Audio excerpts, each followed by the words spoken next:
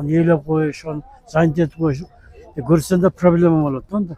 Ben buga karşımın. Көрүстөндү алдын ала ээлеп коюу тартиби тууралуу токтом кабыл алынды. Мында жарандардын эрк ниетин эске алуу менен сөөк коюу жайларын брондоо жолжолорун тартипке келтирүү максатталууда. Анда көрүстөндө болочокто көмүлүүчү жайларды жубайлар гана брондоп алса болот. Ал үчүн жубайлардын неке тууралуу куәлүгү болуусу шарт.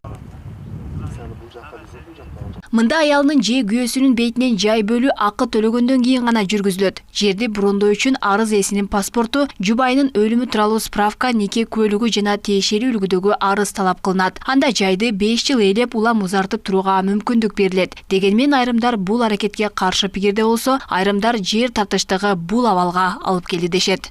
Элетте бизде проблема жок. Ошол каза болгондо эле жай казылат, ошол жайга коюлат.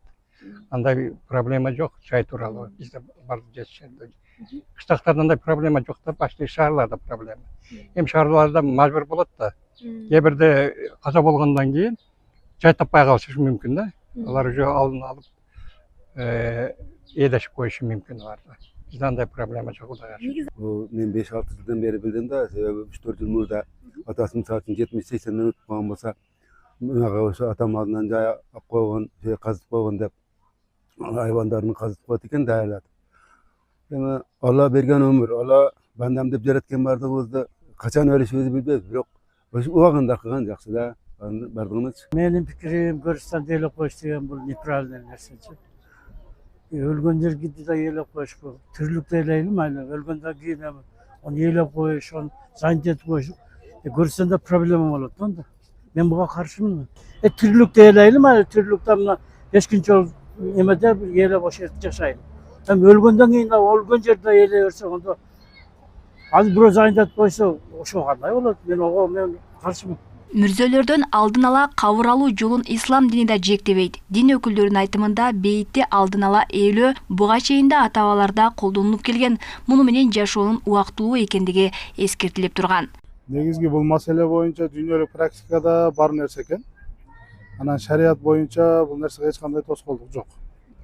Себеби бизде билебиз, мурдатан биздин ата-бабаларыбыз өзүнүн мүрзөсүн өзү барып тандап, кээде казып коюп, анан мына дүйнөнүн ызчуусунан чарчаганда барып, ошол мүрзөнү зыярат кылып, баягы өлүмдү эстеп, өзүнүн кемчиликтерине тооба кылып, бул жашоонун кыска экендигин кайра дагы эстеп, анан кайра келип элге, журтка жакшы кызмат кылып бул дүйнөдөн өткөн да.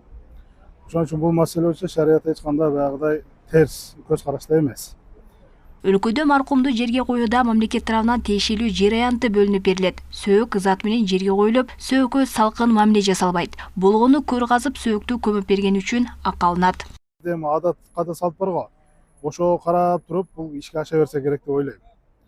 Эми мүрзөнү баягы брондоп, ушул жерге ушул келет деп казылып койгондон кийин, андан арасыга эми ошол мүрзөнү караган өзүнүн жеке кызматкерлери бар, өзүнүн бюро бар да.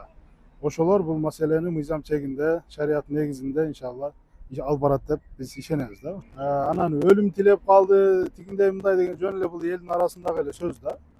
Себеп дегенде сен казасыңбы, казбайсыңбы, Кудай таалам тагдырга жазганы болот. Анан мүрзө казып койсо эле анан кийин өлүм тилеп калды деген сөз бул туура эмес түшүнүк да. Туура эмес түшүнүк. Дегенмен чүйдүн көпчүлүк райондорунда көрүстөнгө байланыштуу көйгөй арбын, ага жер тартыштыгы негиз болуп көрү сатуу аракеттери анакталган. Буга чейин Урук айылында айыл чарба жерин көрүстөн кылып маркумду көмүүгө жай бөлүп берем деп 40 000 сом алып жаткан жеринен жергиликтүү тургун кармалган. Буга чейин жогорку кеңеште маркум өлсө анын туугандары маркумдун бейитинин жанынан жай ээлеп коеру боюнча мыйзам сунушталган. Алмагүлерке Байгызы Урмат Умарбеков, Ош ТВ.